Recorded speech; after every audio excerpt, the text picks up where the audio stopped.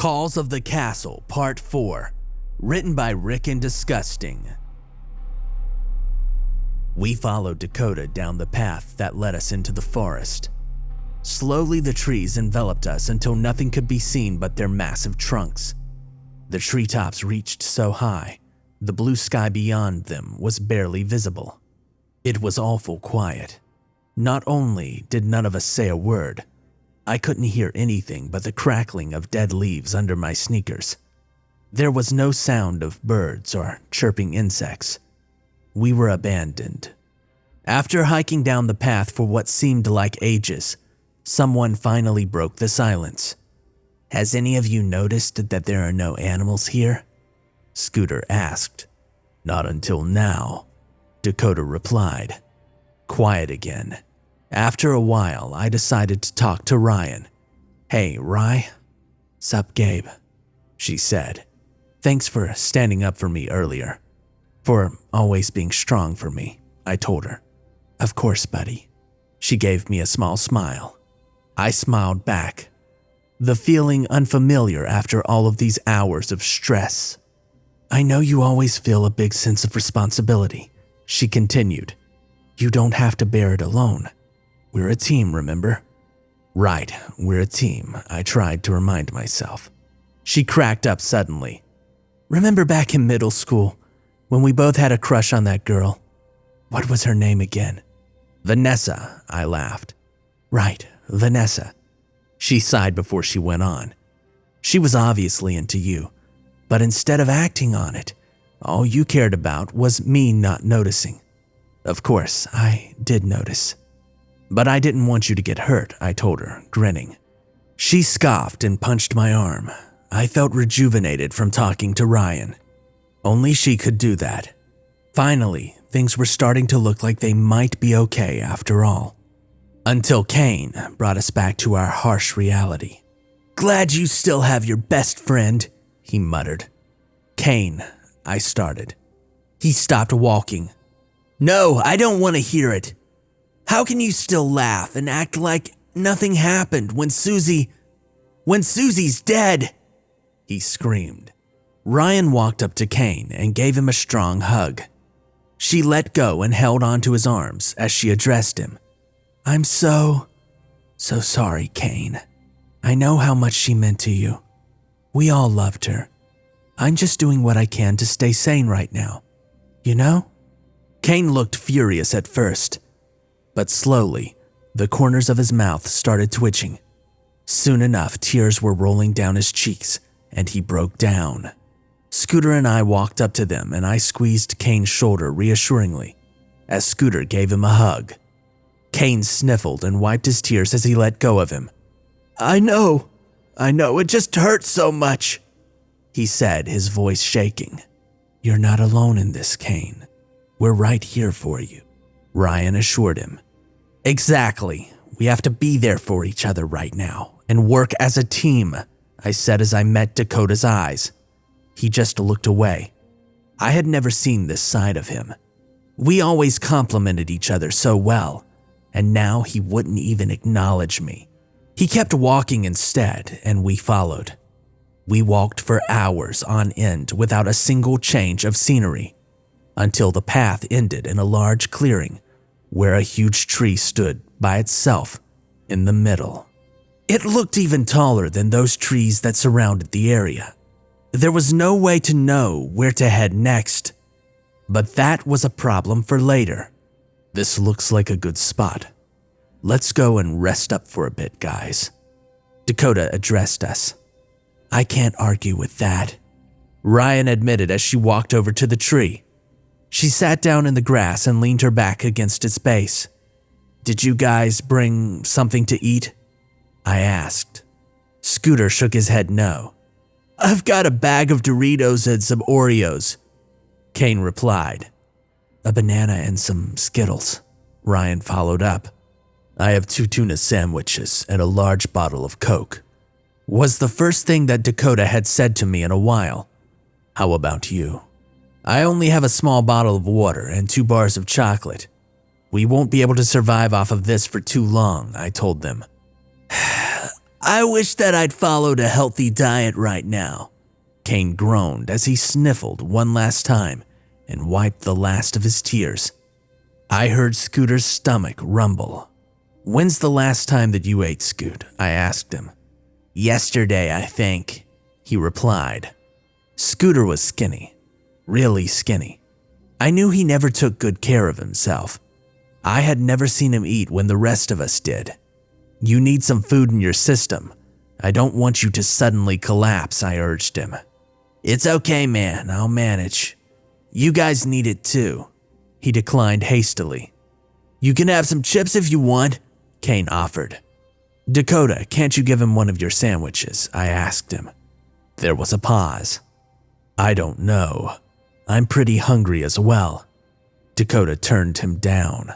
What kind of friend are you? Ryan started to get agitated. Hey, it's not my fault that he didn't bring any food. Dakota defended himself. It's okay, guys, really, Scooter said nervously. You're unbelievable, Ryan went on. You've been bossing us around all this time, like you actually care, but all you care about is yourself. Yet you always let Gabriel boss you around. Dakota was now screaming as well. Ryan got up and walked over to where he was seated. That's different. Gabe actually cares about what's best for everyone. And you just want what's best for you, she yelled as she was towering over him. Dakota stood up as well, and Ryan pushed him away immediately.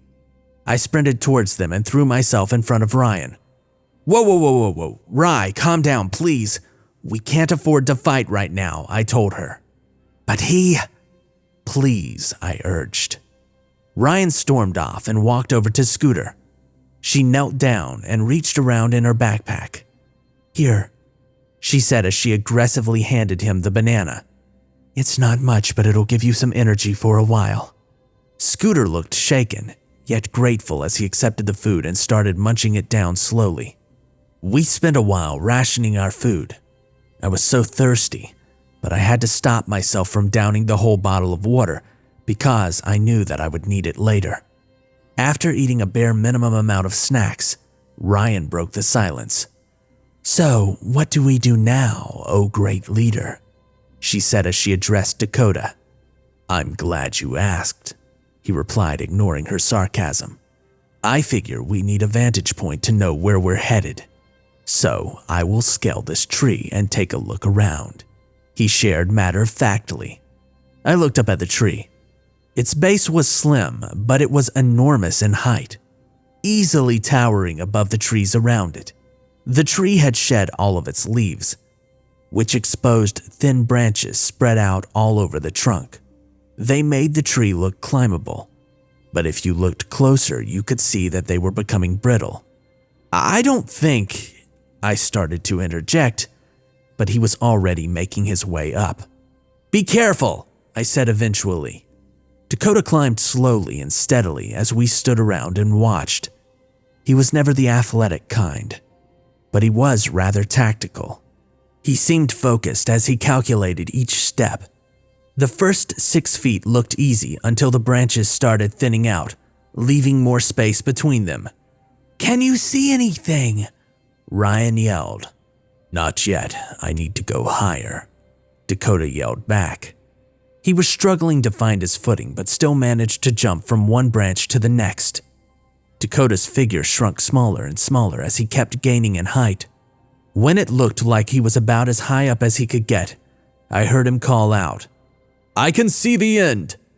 There's a beach near the east. I think I can see a boat. Hold on, I'm coming down, Dakota called as he started to descend. We celebrated our new finding as Dakota climbed down slowly. I planned on thanking him later and to apologize. We had called him selfish earlier, and here he was putting himself in danger to save us. As I was lost in thought and thinking about what I was going to say, Scooter snapped me out of it. Guys, that doesn't look right, he said as he pointed at the tree. At first, I didn't see what he was talking about, but as I looked more carefully, I could see that the tree was starting to lean ever so slightly to the left. "Dakota, get down!" Ryan yelled in panic. "What? What's wrong?" he yelled back worriedly. "Nothing, you're fine. Just climb down as fast as you can, okay?" she yelled as to not worry him. Dakota was gaining speed, but he was still about 30 feet up. I started to worry, but I figured that he would be fine since the tree was inching sideways so slowly. Then everything went fast all at once. The base of the tree splintered and snapped in half. It came crashing down at an impossible speed and slammed into the ground. It took me a moment to process what had just happened. "Dakota!" I called out. We ran over to where the tree had hit the ground. "Dakota!" I called again.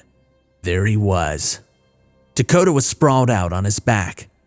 After he hit the ground, the tree had come down on top of him, pinning him down. It had struck with such a force that it had crushed his chest, which was completely caved in. I slid onto the ground next to him. Dakota's chin was coated in blood, and his eyes were wide open and vacantly stared up at the sky. "Dakota! Oh, God, no, no!" I whined. I heard Kane throwing up behind me. Ryan started to tug on the tree frantically, trying to lift it off Dakota. "Help me with this!" Ryan, it's no use," Scooter said carefully. "I don't care. We need to get him out. We need to." She let go and dropped to the ground panting. I stroked the hair out of Dakota's face.